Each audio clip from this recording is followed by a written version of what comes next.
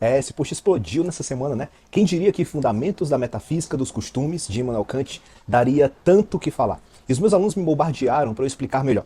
Bem, depois de quase 2 semanas doente, internado, enfim, voltei. Então, vamos lá. Fundamentos da Metafísica dos Costumes, um livro para quem tem bril, como diz o professor Clóvis de Barros Filho. Mas e aí, você tem bril para assistir 3 minutos de explicação? Bril. Sabe o que é bril? Qual o objetivo do livro do Kant, desse especificamente? Ele escreveu esse livro para fundamentar relacionalmente a moral. Ele queria descobrir o princípio básico que torna uma ação verdadeiramente moral, independente da religião, cultura ou interesse pessoal. Olha que desafio pesado, né? Encontrar o princípio supremo da moralidade, o que torna uma ação moralmente correta não por causa do resultado, mas porque ela foi feita por dever. É só vindo do Kant mesmo, né? Um ser humano extremamente racional, disciplinado, profundamente comprometido com o dever. Quase um reflexo preciso da própria filosofia que ele sempre defendeu, né? Quer uma fofoca? Ele era obsessivamente pontual. Seus vizinhos acertavam os relógios com base no horário em que ele passava na rua durante suas caminhadas diárias, porque ele sempre passava na mesma hora e no mesmo percurso. Fecha a fofoca. Então eu vou pegar os principais conceitos do livro como exemplos bem simples, para poder ser mais didático, tá? Boa vontade. Sim, uma reflexão sobre boa vontade. É que a única coisa que é boa, sem restrições, é a vontade de fazer o bem apenas porque é certo, não por interesse. Quer um exemplo? Vamos lá. Você devolveu um celular achado na praia, não porque teme ser punido ou porque quer ser elogiado, mas porque você sabe que é certo fazer isso. E aí, já achou um celular perdido na praia? E fez o quê? Vamos para mais um conceito. Dever. Esse dói, tá? Mas vamos lá. Agir moralmente é agir por dever e não por conveniência ou por emoção. Por exemplo, você ajudar um amigo mesmo quando você está cansado porque você sabe que ele precisa e que é o seu dever como amigo, não porque você quer algo em troca. Danado esse Kant, hein? Agora vamos para um clássico dele, que depois ele aprofundou bem mais em outros 2 livros seguintes, que são a Crítica da Razão Prática e a Metafísica dos Costumes. Enfim, eu estou falando do conceito de imperativo categórico. É a regra de ouro do Kant. É um princípio racional universal que todo ser humano pode seguir. A regra deveria ser essa: age apenas segundo uma máxima, tal que possas ao mesmo tempo querer que ela seja universal, uma lei universal. Complicou? Então vamos simplificar. Só faça aquilo que você acharia certo que todo mundo fizesse sempre. Quer um exemplo? Você pensa em mentir para se livrar de um problema. Aí se pergunta, e se todo mundo mentisse quando fosse conveniente, o mundo funcionaria? Se a resposta for não, então a mentira não é moral. Mas vamos para mais um conceito, o conceito de autonomia. É que cada pessoa deve ser tratada como um ser racional livre, capaz de criar suas próprias leis morais. Isso significa que você não deve ser guiado por impulsos, modas ou ordens externas cegamente, mas sim pela sua razão. Essa é boa do Kant, né? Mas vamos lá, mais um conceito, e esse particularmente eu acho um dos mais importantes. Humanidade com fim em si mesmo. Trate a humanidade em si e nos outros sempre como um fim e nunca como um meio apenas. Ficou difícil? Pois olha só como a gente faz. Se você elogia alguém só para conseguir um favor depois, está tratando essa pessoa como meio. Mas se você respeita essa pessoa como um ser humano, mesmo que não ganhe nada em troca, está tratando como um fim.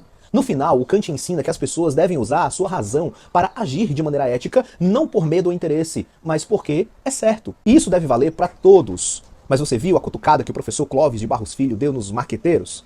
Pois vamos pegar os conceitos do Kant e aplicar no marketing. Vamos começar com o conceito de boa vontade, que eu acabei de falar, e o propósito ético no marketing. Muitas marcas dizem defender causas como sustentabilidade ou diversidade apenas para ganhar curtidas ou engajamento, e não por convicção. Um conteúdo é moralmente bom, segundo Kant, quando é feito por dever ético e não só por benefício comercial. Um exemplo é uma empresa de cosmético vegano que apoia a ONG e divulga conteúdo sobre testes em animais, mesmo fora do dia do veganismo, sem fazer disso uma campanha publicitária. Isso seria para o Kant uma boa vontade, agir porque é certo. E um exemplo prático, não ético, seria uma marca que posta conteúdo, por exemplo, sobre Setembro Amarelo, só para parecer empática, mas nos bastidores elas têm práticas tóxicas com seus próprios funcionários, enfim. Neste caso, o bem foi feito por interesse, não por dever. Ou seja, não tem valor moral, segundo Kant ensina. Vamos pegar outro conceito? Vamos para o conceito do imperativo categórico e o conteúdo responsável criado pelas empresas para mídias sociais. Vamos lá. Antes de publicar algo duvidoso, como uma polêmica, um conteúdo manipulativo, ou uma trend que rasga o tecido social, tira onda com isso, enfim, o gestor de redes sociais deveria se perguntar: e se todas as marcas ou pessoas fizessem isso, o mundo online seria mais justo e humano ou mais tóxico e manipulador? Aí está a medida do que é moralmente correto ou não. Criar conteúdo responsável, mesmo que tenha menos alcance, mas que você acredita que é um dever da marca, informar o seu público com honestidade. Isso sim seria moralmente correto, segundo Kant, porque age por uma máxima que pode ser universalizada. Legal, né? Agora vamos para o conceito, esse que eu mais gosto, de humanidade como fim, não como meio. O público não é só um número, um dado, um recurso, é gente.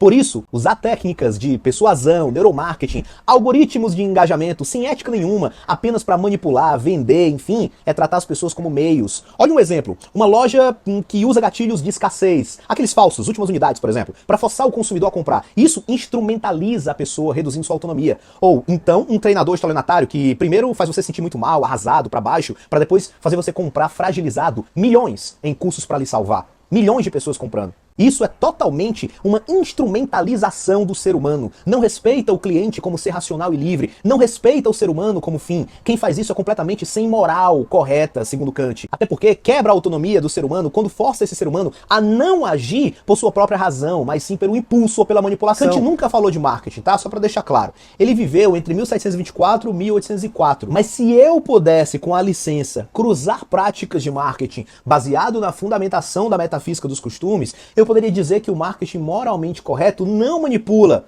mas sim ajuda a educar. Não mente, ajuda a informar.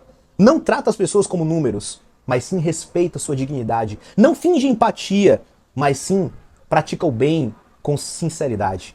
Enfim, eu fecho aqui puxando Kant para falar que se não puder virar regra moral para todo mundo, não deve virar estratégia para manipular ninguém, para seduzir ninguém. Kant viveu no final do século XVIII e foi reconhecido, ainda hoje é reconhecido, né, como um dos maiores filósofos do seu tempo, influenciando profundamente a filosofia moderna e contemporânea há tempos, há anos. São muitos séculos, né? E ele já escreveu tudo. E depois tem vários outros que escreveram em decorrência. Agora você precisa somente entender, como diz o professor Clóvis de Barros Filho. Boa leitura e principalmente prática na sua vida pessoal e profissional. Todos os dias. Espero ter contribuído. Caso não, é isso. Fiz o que eu pude.